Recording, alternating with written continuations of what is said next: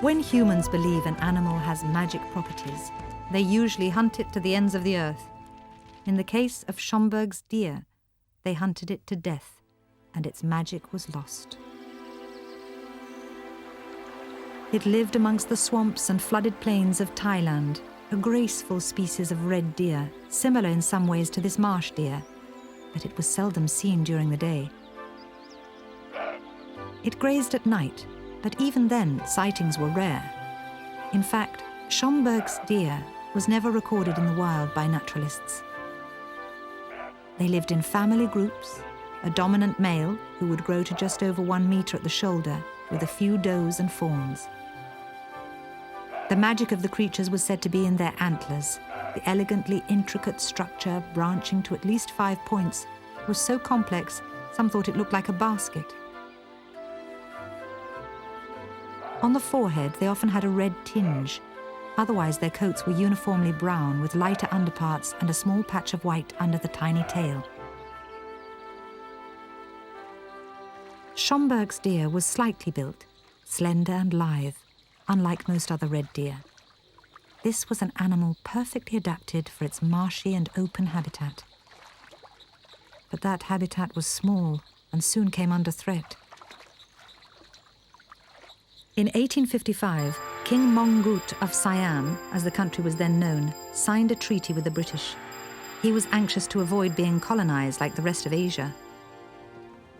He also sent a Schomburgk's deer to Paris as a present in 1867. It was placed in the Jardin des Plantes. Meanwhile, the deer in the wild were being moved out of their marshy homes. The king's treaty had turned previously uninhabited land into farms growing rice, timber, and rubber for export. The new farmers shot the deer. In this way, they disposed of a pest that was eating their crops, provided themselves with meat, and they got a fine trophy to show for it: the antlers.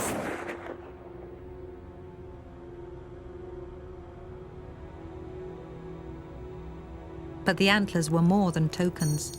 They were pounded into a powder and sold as a magical cure for all kinds of ailments by Chinese apothecaries. Like rhino horn and tiger bone, still sold today, there is no proof these medicines had any effect. As the deer became rarer, the value and mystique of their antlers grew. In the open marshes, they were easily shot, and when the rainy season came, they would gather on the small, dry islands in large groups. Even though only the males had antlers, it was easier for the hunters in boats to eradicate the whole herd. By 1920, they had been forced to retreat into dense forest for which they weren't suited. The last wild deer was shot in 1932 in the thick woods along the Oinoi River. Just one deer survived in captivity in the Berlin Zoo in Germany.